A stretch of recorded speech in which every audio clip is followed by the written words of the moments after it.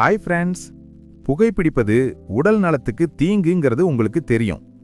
ஆனா நீங்க தினமும் உடற்பயிற்சி செய்பவராயிருந்தாலும் நடப்பவராயிருந்தாலும் நீண்ட நேரம் ஒரே இடத்துல உட்கார்றதால உடல் பருமன், இன்சுலின் எதிர்ப்பு, இதய நோய்கள், கால் தசைகள் தளர்வு, உங்களின் உடலில் வளர்சிதை என அனைத்தும் மாற்றமடையும். பலர் 1 மணி நேரம் மட்டும் நடைபயிற்சி, ஜிம் என எல்லாம் முடித்துவிட்டு மீதனுள்ள 8 முதல் 10 மணி நேரம் அமர்ந்தே இருக்கிறார்கள். ஒரு நாள் முழுதும் ஏற்படும் பாதிப்பை 1 மணி நேரத்தில் சரி செய்ய முடியாது. ஒவ்வொரு 45 நிமிடத்துக்கு ஒரு முறை 3 நிமிடங்கள் எழுந்து நடக்க வேண்டும். மெதுவாக ஸ்ட்ரெச், ஸ்குவாட் செய்ய வேண்டும். ஒவ்வொரு 1 மணி நேரத்துக்கும் ஒரு முறை 1 கிளாஸ் தண்ணீர் குடிக்க வேண்டும். ஸ்குவாட் செய்வதால் உடலில் என்ன மாற்றம் நடக்கும் தெரியுமா?